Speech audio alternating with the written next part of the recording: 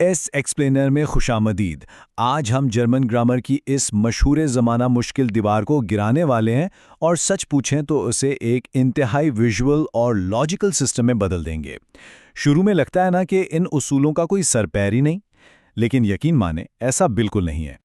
तो चलिए सीधे असल मुद्दे पर आते हैं। ज़बान सीखने वालों की सबसे बड़ी झुंझलाहट यही होती है कि ये छोटे छोटे अल्फाज पहली नज़र में इतने डरावने और पेचीदा क्यों लगते हैं। अंग्रेजी में तो हर चीज़ के लिए बस एक द लगा दिया और बात ख़त्म, लेकिन यहाँ इनकी मुख्तलिफ शक्लें देखकर घबराहट होना बड़ी फितरी सी बात है। मगर इस बज़ाहिर नज़र आने वाली पेचीदगी के पीछे एक कमाल की साइंस छुपी है।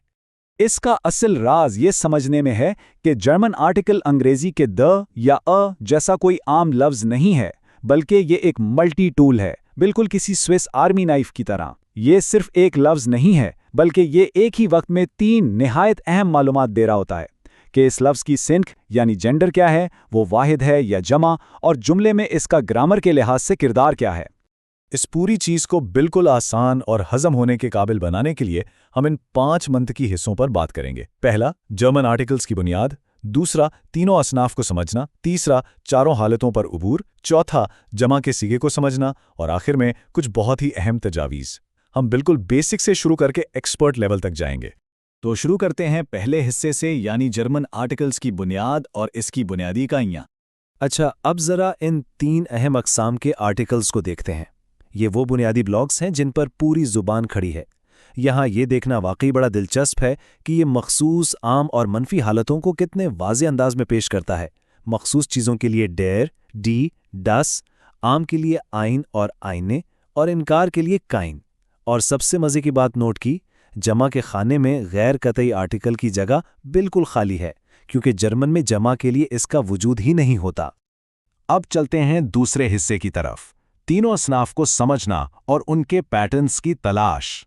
बुनियादी अक़साम समझने के बाद अगला बड़ा चैलेंज इन तीनों असनाफ यानी जेंडर्स को समझना है। शुरू में ये बिल्कुल बेतरतीब लगते हैं, लेकिन दरअसल ये पहचाने जाने वाले पैटर्न से भरे पड़े हैं।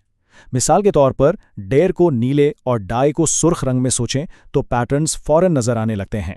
मर्दों, दिनों और मौसम के नाम आम तौर पर मुज़क्कर होते हैं और डेर लेते हैं, जबकि मोन्नेस के लिए अगर किसी लफ्ज़ के आखिर में अंग या हाइट आ रहा हो तो समझ जाएं कि वो तकरीबन हमेशा मोन्नेस यानी डाई के साथ ही आएगा, जैसे दी ज़ाइटुंग यानी अखबार। और गैर जानिबदार यानी न्यूट्रल अल्फाज, जिन्हें हम सब्ज़ रंग में तसव्वुर कर सकते हैं, उनके भी अपने बड़े सख्त उसूल हैं।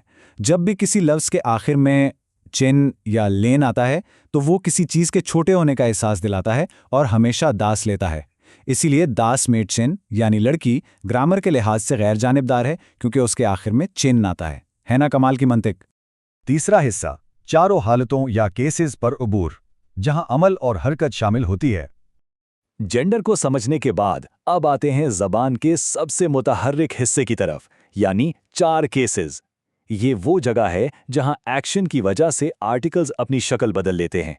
ज़रा गौर करें, जब कोई काम करने वाला यानी सब्जेक्ट देरमान होता है तो वो अपनी असल हालत में है, लेकिन जिस लम्हे उस पर कोई अमल होता है, जैसे मैं आदमी को देखता हूं, तो वो फौरन देन मैन में बदल जाता है, यानी एक्शन हुआ और आर्टिकल बदल गया। ये मास्टर मैट्रिक्स समझें, इस पूरी पहेली को सॉल्व कर देता है।